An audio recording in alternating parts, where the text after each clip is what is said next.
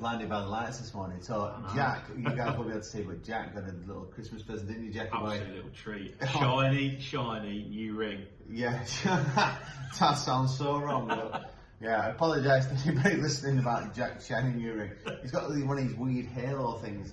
Just figure, how many different colours were coming through then? All colours of the rainbow. Oh my goodness. Unbelievable. I feel a little bit glad about lights, but mine look pretty. Look at your pretty blue eyes. Yeah. So beautiful. people listening to podcasts are like, what on earth are you doing? But I just did a close up on the old It looks old good, show. It looks good, doesn't it? Yeah, it's actually quite smart. I like the look of it. But anyway, it's our New Year's Eve special. New Year's Eve special. We're recording this on New Year's Eve, ready to go out in hopefully a couple of hours. Yeah, straight away.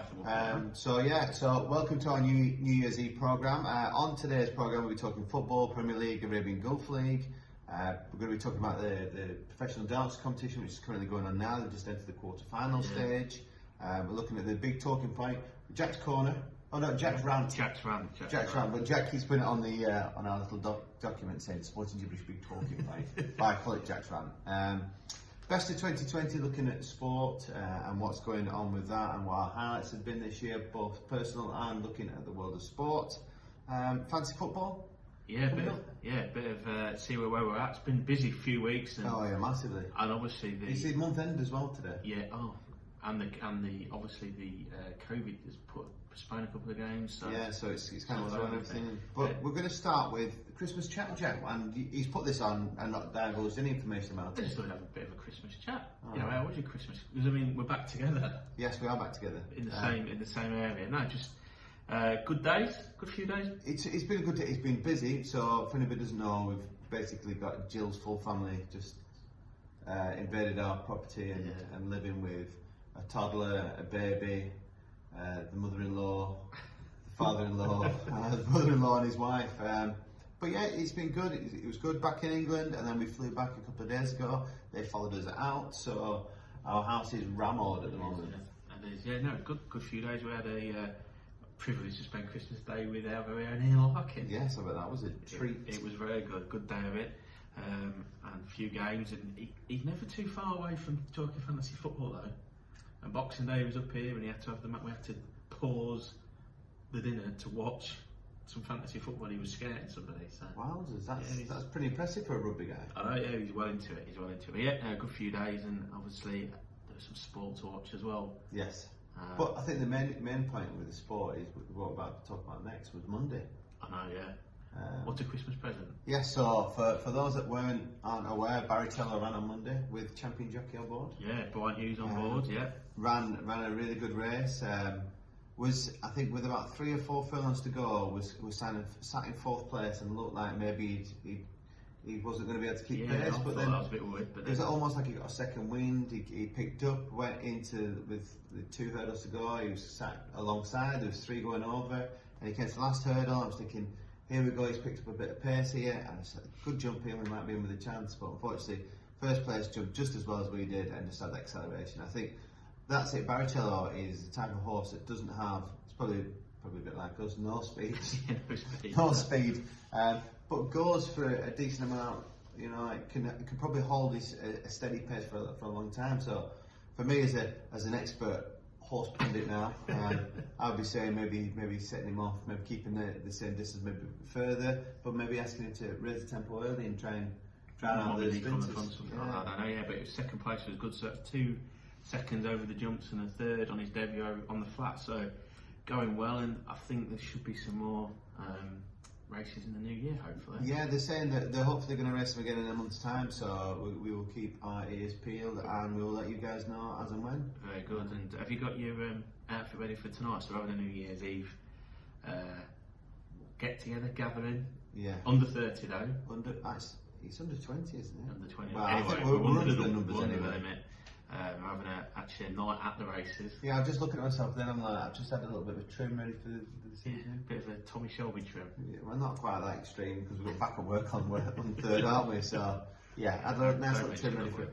I'll be completely honest. I haven't looked at what gear I'm wearing. I'm just maybe rock up birthday suit or shirt mother-in-law loves that. Well, you never know. You never know. Can you find you? It's a bit like the McAllister's house actually. Home Alone at your place living in. Oh yeah, very much so. It's everywhere. Yeah, everything's all over the place. But yeah, I'll find something, dig something out. Of course you will. That's not true. I've heard you're going full tilt tonight. Full tilt. I'm hosting the race aspect of the night, so I'm going full gig. Yeah. So Jibberish is fully in action. Sporting will not be. No, exactly. Sporting will be in the corner somewhere. It will. Yeah, it'll be done. Yeah.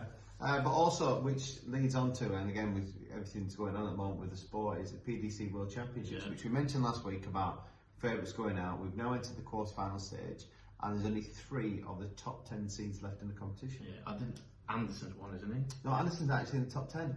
Is he not? No, he's surprising. So the top 10 is obviously Michael van Gerwen. Yeah, he just got through, didn't he, in a thriller? Yes.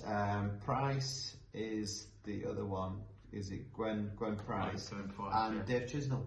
And dead bizarrely is Van Gerwen plays Chisnell in the quarterfinals.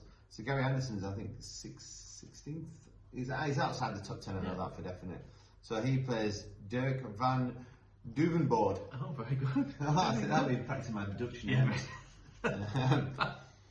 Yeah. But yeah, Steve Bunting against Christoph Radatsky in the other quarterfinal. Gwen Price versus Daryl Gurney. Daryl Gurney's in a bit of form at the moment, so that'll be quite a close competition. I can imagine that Steve Bunting, Gary Anderson, it's a flick of a coin, I think, between Price and Gurney. And I can't look anything else other than Van Gerwen to win another one. So yeah, they're on tomorrow. So, yeah, New Year's Day. Yeah, so the final on Sunday. Yeah. So as predicted, though, we have lost quite a lot of the favourites. Yeah. We don't know if that's down to the fact that the underdogs are able to perform better with no crowd. They might feel more at home. Yeah, or the big dogs are not able to raise a game with no crowd being there. And you've got to think about it a little bit. You know, if you are an amateur darts player or not at the top level or whatever, and you get to this championship and you are used to playing in small venues or again with no crowd or anything like that, and all of a sudden stepping into the usual arena at the Ali Pali and all that comes with that must be very daunting. Yet you're going into a world championship this year with nobody there. Yeah, well, there's been a bit of controversy. So Anderson, before the game, I think Mardell's tripped in on the TV and he said to whoever Anderson played last, well, you need to upset him a bit because he was a bit annoyed after last game. But Anderson wasn't annoyed. Anderson was a bit annoyed with the guy that was playing because he said he was slow and fast, and Anderson's like getting a little bit frustrated. Didn't perform particularly well. I think he was more frustrated with his own performance than the guy slowing and speeding up the game. So Mardell's chipped in going, if I was playing him, I'd be doing this and this, be trying all the tricks in the book type of thing. Anderson stepped up, won 4-0, called Mardell a muppet. One way to answer it. I reckon Van Gerwen Anderson final. I don't know. I think they're in the same half, so I think they could be a semis because of the way they draw is preempted. But I wouldn't say for sure. But yeah, I think with the fact that Van Gerwen is just a beast, you can't really look anywhere other than him winning it, can you? So we'll keep that posted and see what happens. But your prediction was right, Stu. That's really why he had it on, because he predicted that all the big names would go, or majority of, and you've been proven right. Only 3 out of the top 10. Yeah. Well done. Thank you very much. I'm going to think I know something about darts. To be fair, I've got the dartboard up ready for tonight. We'll get this in now. Father-in-law thinks a bit of a dart player. Just beat him twice at last. Well, you were there. You played doubles with him last night. Yeah. I think you let me down a bit, what do you? Well, I think so. I think you bailed him out a few times. And he was giving it big licks, wasn't he? Again, started chirping up, then whacked the double 10 in. Suddenly he just quietens down a bit. I don't think he hit a double, did he? And then he got all confused with his old age about thinking he'd hit 2 double 20s and like, you haven't hit anything. But we'll get it back. I tell you what I might do is just let him have his peace, let him win tonight, just to keep calm waters. We need it nice and chill. So I'll let him win. But hopefully he won't listen to this till afterwards when he's won, and you'll know I let you win. Right, on the Arabian Gulf League. So there was games over Christmas actually. So Al-Wada beat Fujairah 2-1. Sharjah bounced back from that surprise loss. Only just get the 3-2 win against Hatta. So there was a lot of probably a little bit nervousness about Sharjah's game there. Al Wassel picked up a win against Kofrakan 1-0. Larks will be happy. Yeah, him and Pedro will be living life at the moment. Alain 1-1 with Calder. Al Dafra lost to Al Nassr 2-0, so he'd be happy with that plan. Moving up the league, Al keeping Nassr his have actually happy. announced quite a lot of new contracts for players as well till 2023, 2024. So. Al Jazeera, who are probably your closest rivals for that second spot at the moment, won 3-0. And guess what happened with Shabab Al Ahly? Draw. Drew 0-0. Well, that was an absolute. Against Banias, but Banias were on the back. The other ones that I told you they were on the run, so that's not the worst point. So quickly looking at the league table: Sharjah 26 points, Al Jazeera 26 points, you boys 23 points, Banias 20 points, Alain 19, Al Wada 18, Kalba 18, Shabab Al Ahly 15, Al Wassel 15. But the interesting thing is that you look at Shabab Al Ahly's record; it's played 11, won 3, drawn 6, and lost 2. Maybe Tom, we'll have to see if we get Pedro back on the show. Yeah, because he'd have been watching some of these games. So either, like, without repeating ourselves, that Shabab Ahly were obviously were top of the league in the last season out and have gone to mid-table or lower table now. It'd be interesting to see what he says and what he thinks. Yeah, we'll get in contact with Pedro and see what he says. Friend of the show. We'll get Brownie on, who's currently floating himself about. Playing golf with Teddy. His mate Teddy. With Ted's. But yeah, we'll give it. But there's actually games tonight, league games tonight. So Fajera are playing Kofrakan, Sharjah at home to Ajman, Alain are playing at home to Al Jazeera, Kalba versus Hatta, Al Nassr versus Al Wada, which that's tomorrow, which is an interesting fixture because Al Wada are not a rollover team. Banias versus Al Dafra, Al Wassel versus Shabab Al Ahly. I'm going to go for a draw. I'm going to go for a draw in that one. 1-1. Are you going 1-1? Yeah, let's go. I'm going to roll the ball out. I'm going to go 2-2. 2-2. But yeah, some good results there. Quite interesting at the top because it's really now potentially between the top 3 teams there. Yeah. So do they have? I don't know if they have. I should know this really. Do they have a playoff system or is it just like the Premier League just winners? Yeah, I think it's just a Premier League, just exactly the same as the Premier League where there's just winners, and then you obviously have the top teams will go through to their Champions League version for the UAE. But moving on to the Premiership, interesting set of results. So we've had since the last podcast, we've had 2 rounds of football. 2 rounds of football, yeah. 2 rounds of football. So what happened in them? You don't. Games that were played, Jack. Games were played. So yeah, well, we can talk about last night's game. We've had obviously COVID crisis coming in. Yeah, we can talk about that. Yeah. So there's a few games missed out, but we'll go through the first lot of fixtures, which was it's dead bizarre because it was like Sunday they were played, and then it was straight into Monday the new round played. Right, yeah. So Leicester drew 2-2 with Man United on Boxing Day. Yeah. Villa 3-0 Crystal Palace, Fulham 0-0 with Southampton, Arsenal with a big result 3-1 Chelsea, Man City strolled through against Newcastle 2-0, Sheffield United again lost 1-0 to Everton, Leeds picked up a controversial win at Burnley. Unbelievable refereeing display that. I don't like to call referees out, but that has been the worst refereeing display I have potentially ever seen in the Premiership. He just had how he disallowed the Burnley equaliser is beyond me. But there was all sorts, the penalty. I think Pope's got there. Yeah. Because you can see the angle of the ball; it's going straight and it goes off almost at a right angle. It is one of those things, though, isn't it? Because when I was watching it live, I called penalty straight away because it was reckless, and I know that goalkeeping people are out there going, yeah, he's gone with his feet, probably should come with his hands, but he does get the ball. But it's this whole thing that what is a tackle, what is a foul? Well, I suppose that's down to the FA there, isn't it? Because you're not even allowed to tackle anybody properly anyway.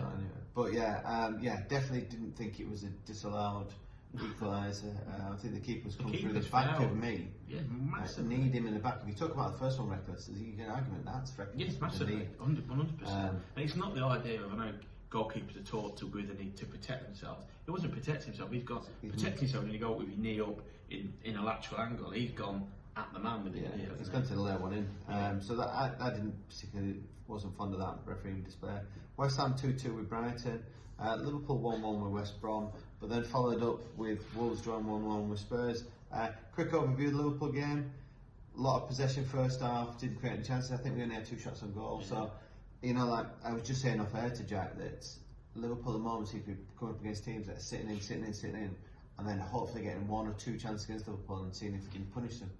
Do you think, and I think actually he came on for 17 minutes, do you think they do that because, and I've been saying it, and you openly said it as well, that actually the creativity from Liverpool comes from the full-backs over the last year, 18 months, 2 years, and then the outside forwards coming in, blah, blah, blah. Yeah. And actually there's very little creativity from the middle of midfield. Yeah. Well, your man will make a difference today. Yeah, he came on last night and he tried a few passes, but we'll go through the next set of results in a second. But yeah, it's just unfortunately what's going to happen is, why would teams not set up like that? You're playing against the champions of the league. You want to try and get a point. Big point for Sam Allardyce, but then unfortunately let himself down the day after or the next game. But 1-1 for Wolves Spurs. What's your viewpoint? Spurs started really well for 10-15 minutes, but we're on it here, really on it. And Dembele was fine, obviously scored the goal, and then just I don't know. Jose, he's going to, and I've taken a bit of that, even from Spurs fans and some of the forums I've been on, but like he's come out and said, I've told my players what to do. He surely not asked them to defend for 85 minutes, but the problem is then the closer you get to the end of the game, and then when he takes in Dembele off and brings Sissoko on, takes Reguilon on, who arguably was get out as a left wing back, and brings on Bergwijn, he offers nothing. You then think the players then think, what are we doing? Yeah. You know, and the problem was when we get deeper, we're a bit like you. There's no creativity in the middle of midfield. And Dembele's not really creative. He drives through. Nobody can pick a pass. The person who can pick a pass is Kane. Problem is, he gets deeper and deeper like he did. There's nobody up front. Yeah. And Son wasn't at his best this week either. To be perfectly honest, he's struggling.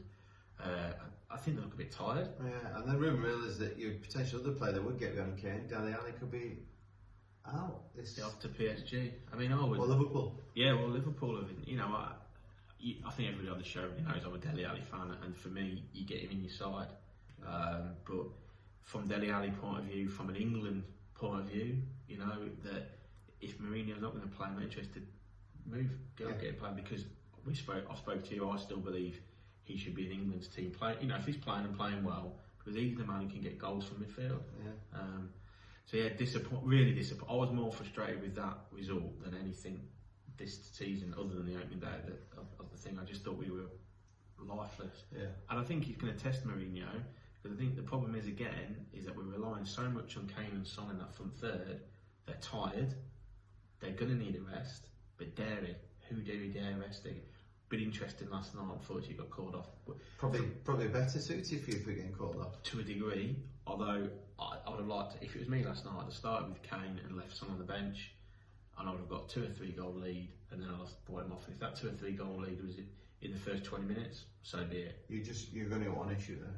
2 or 3 goals. Yeah. Monday, 28th of December, saw a whole lot of fixtures start. Palace 1-1 with Leicester. I think Leicester will be a bit disappointed with that.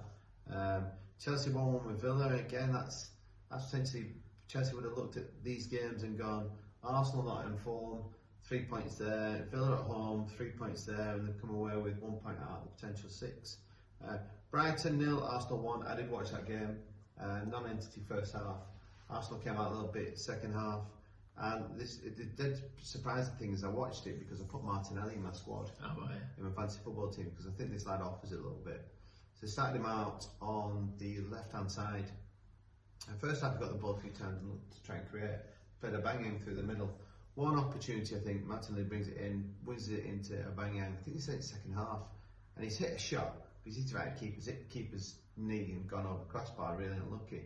But apart from that, I don't remember Banging creating anything. Lacazette comes on for Martinelli.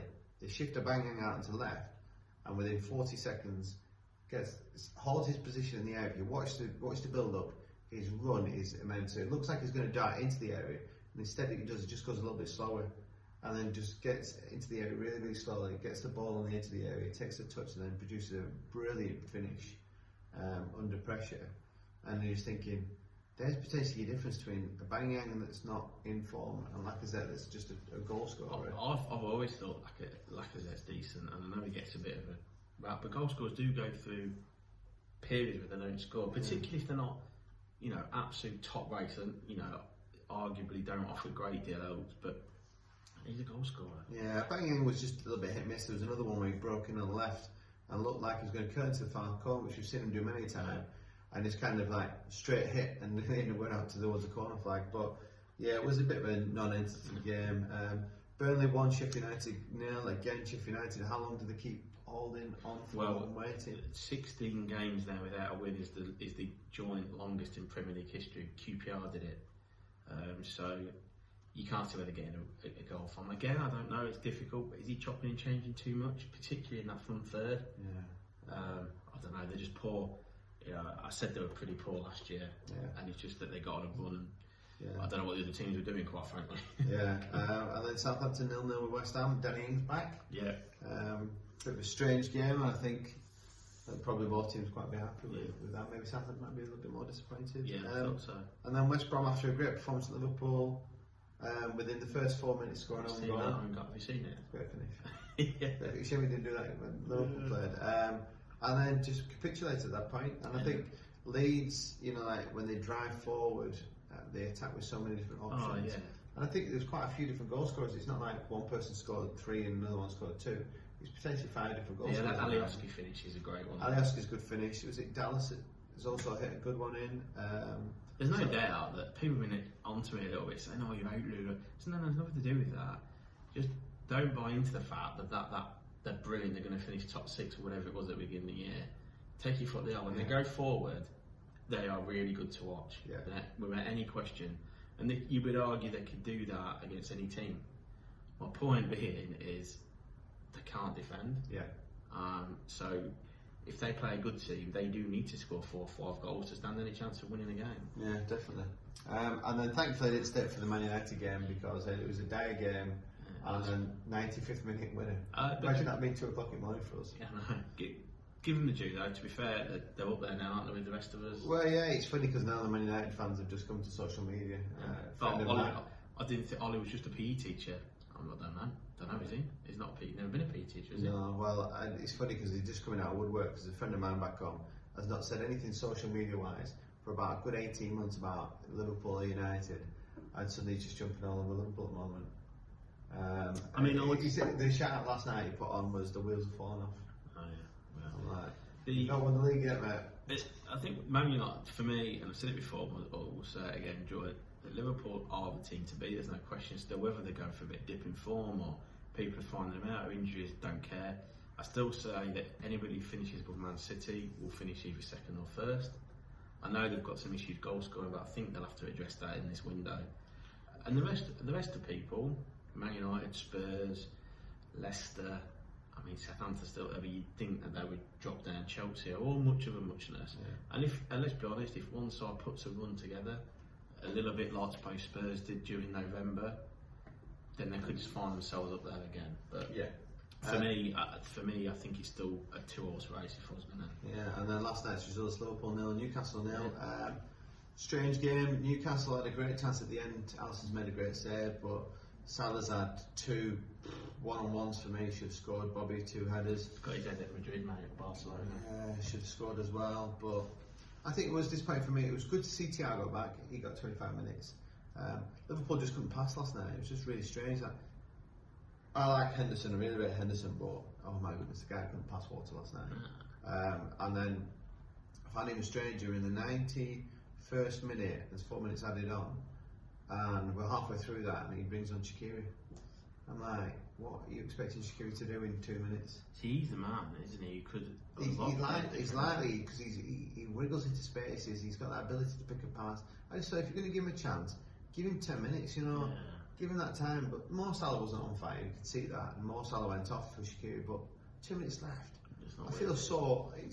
And what made me, I think I was saying this to the father-in-law last night, is that Liverpool are doing what United used to do, the play right to the 95th minute, and they keep trying to pass like they used to do under Ferguson. I was like, 91st minute, and we're playing the ball around the edge of our area. what's wrong with going a little bit old-fashioned? Yeah, 100%. Stick Fabs up top. Let's lob it in and let's see if we get something, because what we've done for 93 minutes at the moment hasn't worked. Yeah. So for the last minute, try something Could different. have like plan B. Yeah? This is the problem with. And Andy Carroll's plan. Yeah, people were saying that about Jose and that. What happens if your plan B doesn't work? When your plan B is your plan A.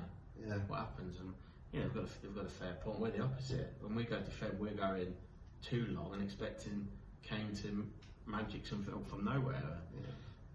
Anyway, we'll see what happens over the new year. Yeah, so in the midst of that, City have managed to escape from playing, which I find very bizarre. Spurs have obviously missed their game against Fulham. I think the most frustrating thing for me as a fan and looking at it objectively is that why wait until 3 or 4 hours before the game to make that decision? Surely teams have already set off to travel to the destination, potentially exposing themselves to more risks to get down to a venue or to a fixture.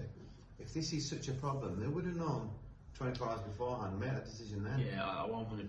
That's the thing with me. It's not about the games being called off, and at the end of the day, the UK or the world, we're suffering this pandemic. There's another wave of it. It's clearly a lot worse in the UK at the moment. So you don't want to be putting people at danger, 100%. But there's one thing, 100% agree with you that why wait till the last minute? I mean, Jose was quite funny on Instagram, wasn't he? So last night, it was 2 PM, I think he showed on the Sky Sports ticker. The game was still on. And the game was still on. Still waiting to see what happened with the kick-off at 6, and his quote was, the best league in the world. Yeah. And then the one thing that, and Matt Critchley, the beIN reporter for the Man City one, and it has come out since, that apparently the first time that Man City asked for it to be postponed, they said no. Because the threshold for the amount of players that are unavailable doesn't reach Premier League thing where they can call a game off. So they went back and then suddenly went, it's for the health and safety of everybody, and all of a sudden it was a bit fishy. Oh, massively fishy. So my problem with the whole thing is that, right, yes, we are in a bit of a strange situation. Why have a 25-man squad if you've got 3 players out with COVID? Surely that's the same as having injuries. Well, yeah, exactly. We had to manage without Salah. We've had to manage without Pitt. Other teams have had to do it. Suddenly City have got an issue with, what was it, Kyle Walker and Jesus. The 2 players that we knew. I think, or something. Were they not backroom staff? No, there were 2, in the original ones, there was those 2 and 2 backroom staff. And then prior to the Everton game, I think 3 more players. That's only 5. You know what, it's an injury. It's just the same as having injuries.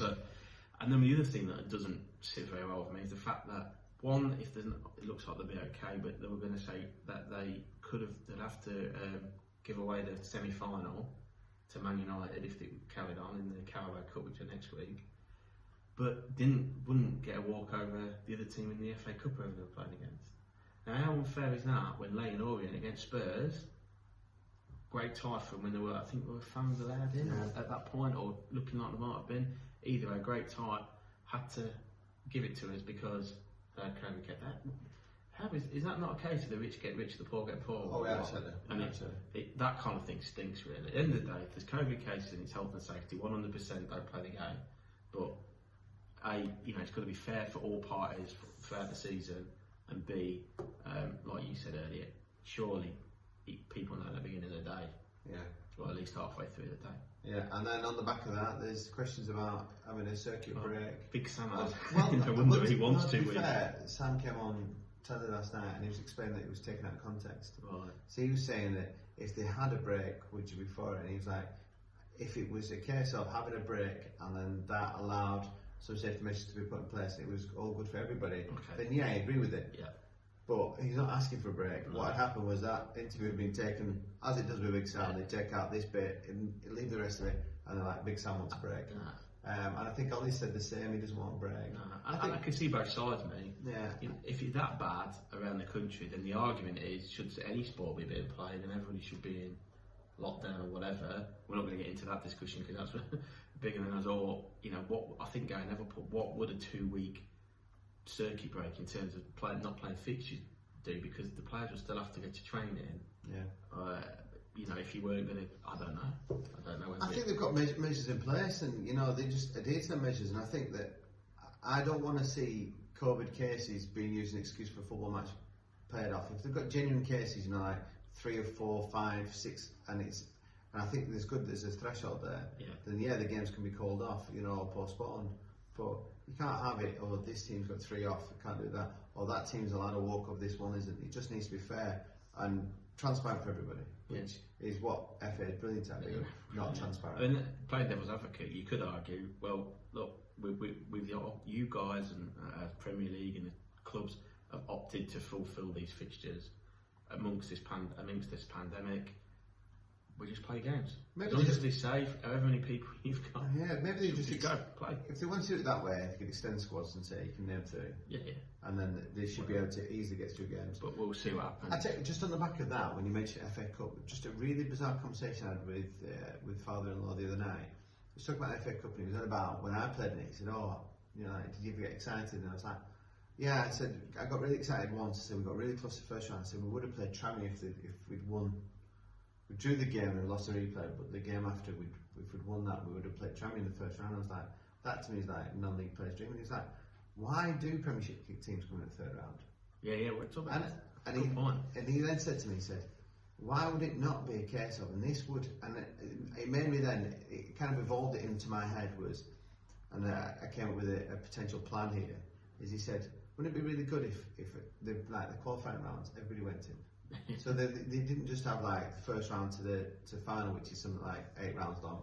They then said there's actually 12 rounds.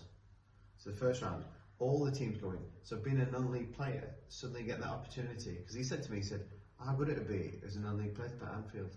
I was like, oh my God, I said, that's a dream. I said, many times I've gone into the season going, we do well in the cup and we get to the third round. And this will be the same with all the other non-league players that are lower down. You go, your dream is to play against a pro club. Like in front of a good few thousand people.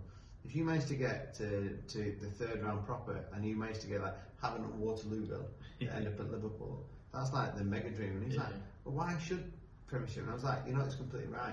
And then it made me think then, and this is where it evolved a little bit further, was next year if they did that, that would allow some of the non-league clubs to bring money back in, because you get a televised game, you're talking between 50 and 100,000 pounds for a club.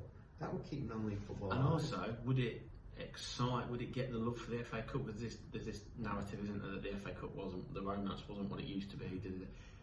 Premier League clubs don't treat it as they should do. Well, that's up to them to do that. And look, if say Liverpool win the first round proper or the fourth qualifying round, they're not going to put out the top side, but it's still Liverpool. And also, actually, early season it could be part of their pre-season plan. Like you say, and the point you're making, just there, I've never thought of that, is actually on the back of what's happened over the last 18 months, could be a right money spinner for those lower league, non-league clubs that have suffered.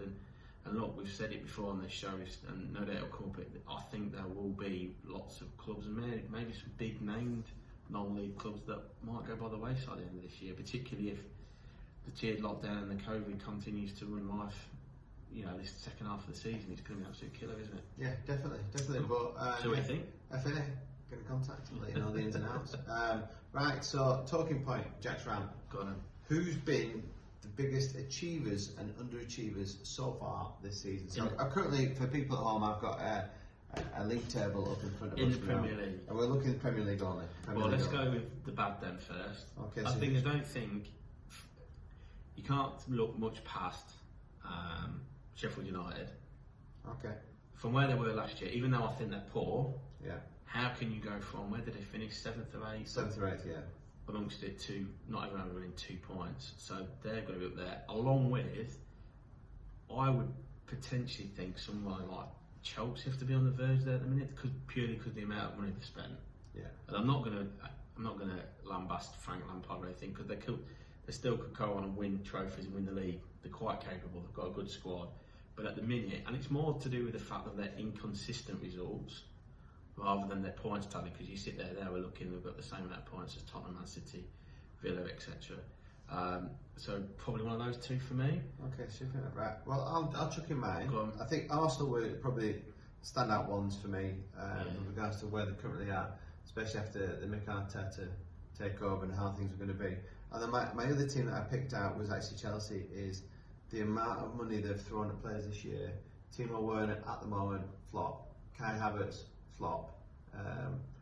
Thiago Silva he was never going to come in and No, play every game, enjoy but he seems to be playing more than he expected because they need him. Yeah. Jorginho just kind of Got gone by the off, wayside. Kante is not the same player that we've come to love. Tammy is not been the same striker we saw last season.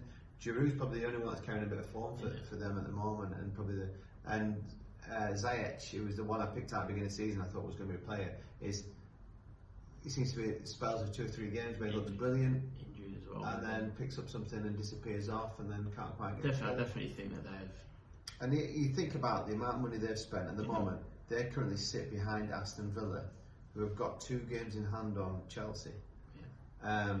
And that for me is a shock. And obviously you're saying at the same points as Tottenham. Tottenham have got a game in hand, so it could be 3 points difference. Yeah. City same points, but City have got 2 games in hand. So realistically, Chelsea's sitting with Southampton and Aston Villa at the moment. And then you think that Villa have got 2 games in hand as well. Yeah. You know, they could be sat with Southampton. And, well, he definitely needs to go on a run, doesn't he? Oh, massively. Because if not, he'll be under a bit of pressure. Yeah, and as much as we slag Leeds off, they're only 3 points behind them. Yeah, no, they will have just had a good week, haven't they, Leeds? Yeah, so I think Frank's really going to be looking over his shoulder now, going, we need to. And I think if the money is in that aspect. Oh, even worse now, they're after offloading a lot of players because they're going after Haaland. Yeah. Oh my goodness, you've just spent I don't know how much on Werner. Yeah. That now looks like a great pull out by Liverpool. Yeah. Deciding not to go with that one, but yeah, for them. And then my plus, I'll go with my plus first. I think there's a few. Everton have played well and done really well this season, but they have invested a fair bit of money. But for me, I think it might pain you a little bit, but Aston Villa, they've not really massively invested in players. He's kind of sorted the team out. They've sorted out the defence, and they're currently sat in 5th place with a game in hand on Everton, which they could then go above Everton if they win that. They'd actually jump above Leicester. Well, they're the side that can go second, aren't they, the games in hand? Yeah, so Villa could actually go up to, 32 points. 32. So they'd be 1 point behind Liverpool. Yeah, they've done really well, I agree. So Villa for me have been absolute standouts at the moment this year. Everton have done really well, Leicester are doing well, but I think Leicester are always expected to because they've invested long term, haven't they? Yeah, and I think Villa, the key to it is that they've kept everybody fit, haven't they? What happens when they get a few injuries and one thing with that? I agree with you. Everton and Villa were the 2 that I had sort of picked out, along with the other one, a bit of a longer story, Southampton. Yes. I know at the minute they're in 9th, but the position in the table is a bit irrelevant at the moment, isn't it? But considering that 18 months ago they got done 9-0 or 9-1 or whatever. Yeah, against Leicester. First of all, what a great job by the board not to sack him, a knee-jerk reaction, and B, credit to Ralph. Yeah, Ralph. Who's in Hammond? Yeah, and of course the players to turn it round and to be. And you know, when you watch it, they play some good stuff, don't they? Yeah. Again, they've been lucky at the minute with injuries, other than Ings, but they've managed to kind of cover that. They're very lucky played that a bit better. Chan played well. I think Ings it's like he'll play 2 weeks, miss a week. Yeah. And Ward-Prowse is getting a few goals from midfield and set pieces. So yeah, I won't disagree with you. Southampton Villa for me as well. Yeah. Right, on to 2020. Sporting year. Sporting year. So you asked us to look at our own personal highlights. Personal highlights. Do you want to go first, Chad? No, you go first, mate. All right, we'll go with mine. For me, I think for people that have looked at Twitter, the knee slide goal. Yeah. Have a look on that. Yeah. Or as Jack calls it, the need slide goal. That was a personal highlight, playing for the mighty Reed in the Dubai Amateur League, despite being very, very old against some young pups. But I tell you what I really enjoyed is I've started playing vets football, as you'll all heard on here. It's like being 19, 20 again. Really enjoy my football, good group of lads. It's what I think you miss when you don't play as much, and especially out here, is that out here, a lot of standards, the teams that I play with, you literally turn up, play, there's no changing rooms, you turn up in your kit. It's a bit like being under 12 again, turn up in your kit, play a game, and then everybody disputes off. There's no social aspect to it, which is what I was kind of missing. Playing vets football this year has brought that back to me. We meet up beforehand, good 45 minutes beforehand, team chat, bit of a laugh and joke in the change room. WhatsApp group is rife with all sorts, which I absolutely love, going on for all hours. and then the laugh and the joke at the pitch, and then like everybody stays for a drink afterwards. Yeah. And then we had a social event, and everybody turns up, and it's like that for me is probably the biggest highlight, and it's brought back a bit of hunger as well, because you're playing with better players. The standards up here, which I then found it hard when I went off and played with the other teams to try and rein it in a bit and go, I need this to be more social, because these guys are keeping me up here. Yeah. And it sounds really bizarre that they think, when you get older you should be just relaxing more. I love the competitive edge. I'm all about winning and driving forward and scoring and 100%. It's funny actually, mine would be fairly similar in terms of taking over director of cricket by exiles from Imran, who had to unfortunately move back to the UK due to job circumstances, who set the club up in the first place and done an unbelievable job. Anyway, took over, and one of the aspects that I felt was lacking was just what you were saying, that it is slightly different to English cricket here, because the games are slightly shorter, and obviously culture is very different, but that's no excuse for not staying for a cup of tea, a glass of water, a beer, a bite to eat, or whatever your choice is. And along with, I'm going to get him to mention it because he said he's going to start listening. So along with our captain, Dave Adams, we've managed to... Big Dave, we've managed to achieve that. So after our games, everybody's staying behind for that. And we've had a couple of social nights, which again have been really, really good. On top of that, we obviously just missed out in the semi, but we had a good season compared to where we've been at. We had a good season, and we know, everybody's on the same page. They know where we need to improve this second half of the season as the new competition starts in 2 or 3 weeks' time. So that's been really good, because a bit like you got the hunger back for playing. Because I think, if I'm honest, another season like we've sort of the first half of last season, I may have thought about that might be it. Yeah. But I've got the hunger back, and probably just on the pitch, the 90 not out against the reigning champions to win as a game was probably my highlight. But yeah, roll on 2021. Just active. What was that conversation we had the other day? Who was it you talking about? It'd been ages, and then he scored 100 and something. Yeah, I can't remember. Yeah, I was like... Yeah, it wasn't just you got into me. Yeah, wife jumped in there, Yeah, didn't both she? we had like tag team as well. Yeah, but I think me and Lark's a bit disappointed, like following Advert fans, been to like 2 games for the Exiles, we didn't get invited to any social events. I know, well, maybe next time. Me and Lark's like protesting. But then we also asked on people's all professional, across the sporting world. Yeah, sporting world. So we had a few people come back to us on what their highlights are. I'm just going to read a few out here. Mark Bevan came back. Major achievement is that any time that managed to get fans into the stadium after March to watch it, which is good. Fair point. Hamilton breaking a lot of records to win the Formula 1 Championship. He's been knighted today. Yeah, I found that out this morning. So 8 times ago he's been put on the honours list, hasn't he, for New Year? So he's been knighted. Joe Bloom has come in and put Gerard getting Rangers back on top. Bloomy lad. It's a bit of a shout. So the season's not finished. He's a Man United fan as well, Bloom. Is he? Oh, yeah. Wow, that's a strange one. But yeah, he's doing really well over there, Gerard. Myself, I put Lewis Hamilton, Liverpool winning the league, Scotland finally qualifying for a major championship. Go on the Blues. Well, I don't think it might happen. I'd bin it if it was me. Yeah. That's another discussion for next week. And then Fury, his performance against Daytona Wilder, where he was absolutely phenomenal, especially after the first fight where it was quite close, where he nearly lost it when he got knocked down. He just absolutely destroyed him. Henry's put on the clown of failure, Ole Gunnar being above champions by November. Tottenham Hotspurs with the game in hand.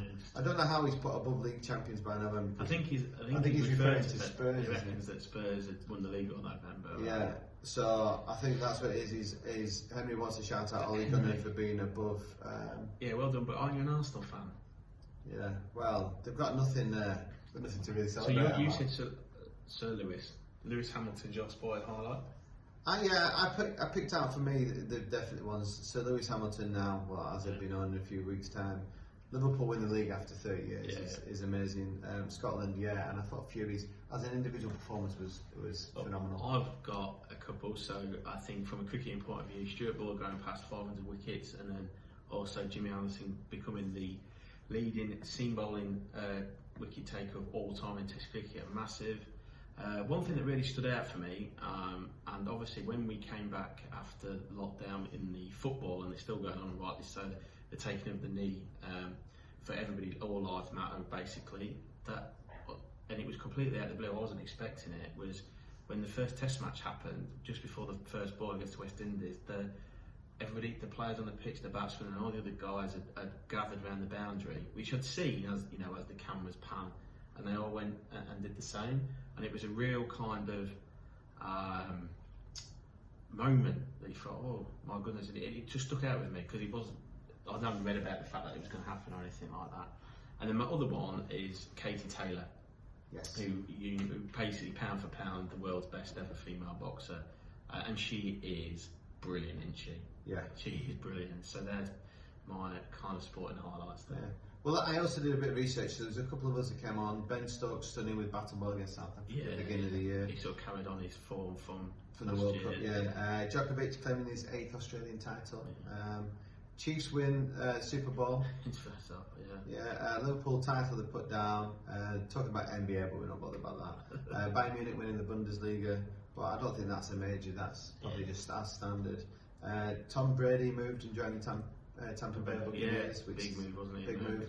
And then the one that's happened not so long ago is the old guys jumped in the ring. Mike Tyson versus Jones Jr., which I found was a bizarre event because it was more of an exhibition fight. And then they said they couldn't knock each other out. But I think Jones Jr. came out afterwards and just said that Tyson still packed a punch. He was like, he's hitting him in the body shots, and he was like struggling to breathe afterwards. So yeah, it'd be funny, wouldn't it? Because I think Tyson could still off a few people, couldn't he?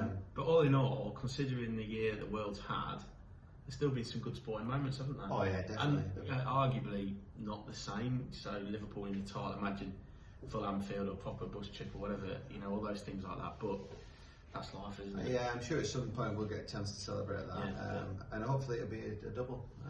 Fingers crossed. So we'll see what happens. Not playing well, but still top of the league. So we'll take that. Right, fancy football time, Jack. Right. Yeah.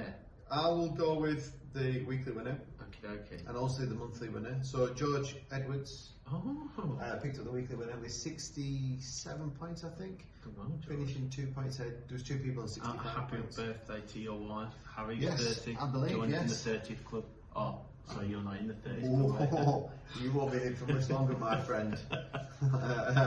So yeah, congratulations, George. Drop us a line. We'll get that batch over to you. And the monthly winner was Paul Coleman. He was a good. I think he's about 4 or 5 points ahead of second place. So Paul's won the monthly one, which is an actual stay at the Ready Red. Excellent. George, you have won the prize for a discount voucher to go and get some. Yeah, as a matter of fact, you could actually take Harry out for a birthday meal and get a discount on it. That would be awesome. But yeah, so moving on to next week, have we got Larkins? I don't know. Has he there is absolutely nothing yesterday, and he said he would do it. Absolutely nothing. I don't know. I wonder if Mark Feeling's okay. Well, yeah, she is. When's she due to drop? 28th, I think. 28th. So. Well, I followed my own advice, so we'll go through it. So I followed my own advice. I tell you what I did sneak in. Cancelo. Yeah. I thought he was a good potential one to sneak in there because City are likely to keep a clean sheets, and he does get forward a fair while. Yeah, he'll score. And then my other couple, I put Eze in, but he's not done it yet. And then Martinelli was my other big one. He seems to be somebody that I think will potentially get some points, and he's a midfielder, and they kind of play him as a left winger, as a striker. So he looked good. I tell you, there was another lad that Arsenal had on, Smith Rowe. Yeah, he was at Huddersfield online last year. Yeah, he looks a decent player, and he kind of played him as a number 10. Didn't really do much against Brighton, but against Chelsea he's supposed to be very, very good. But yeah, I've got them in, and I also stuck Podence in simply because he's currently being played as like the striker, and again he's another midfielder. So I think the potential value. So when these all come in, I'll be laughing. It's just unfortunate it takes like 6 weeks before they all come in. They come in dribs and drabs for me. But yeah, it's been a bit of a strange week for everybody. Yeah, this week I had quite a lot last night. I think I ended up with 36 points, which actually took me up the league a bit. Well, I was going to say that's a decent score. But I had 3 blobs, 3 Spurs players, Son, Kane and Reguilon. Yeah.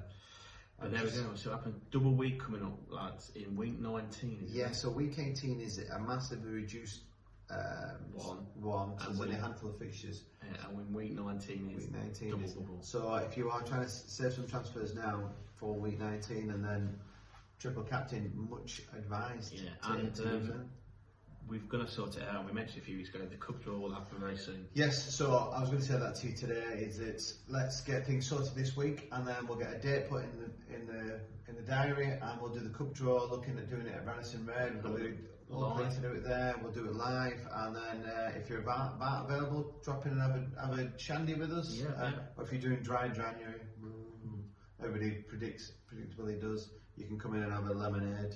Coffee's good there. Yeah, Lavazza as well. Very nice. Really nice coffee. Very nice, But yeah, come along, get involved, and we'll see what goes on there. Yeah, but exactly. unfortunately, Larks is just. I think it maybe. I think did it upset him when I said he'd gone back to his cave? I don't know. I don't know whether. Well, I'm sure everything is okay with his number 2. I just wonder whether he's got the golf book, whether he's on the golf course. Oh my goodness! Can he even play golf? Well, he got, surely that his arms are too big to be able to swing properly. He got lessons for Christmas, so he's had a few lessons. Oh dear. Yeah, so he did play well the other day with me. So don't know. Anyway, hopefully by next week we've found him. Yeah, but to everybody out there, we'd like to wish you a happy new year. Very happy new year. Stay safe tonight. Enjoy yourself. If you're in Tier 4, which is probably most of the country back home, have a nice chill one. Look forward to next year. It's not going anywhere soon. No. So in the meantime, just listen to us. Yeah, just listen to us and get involved, because at the end of the day, what do we know?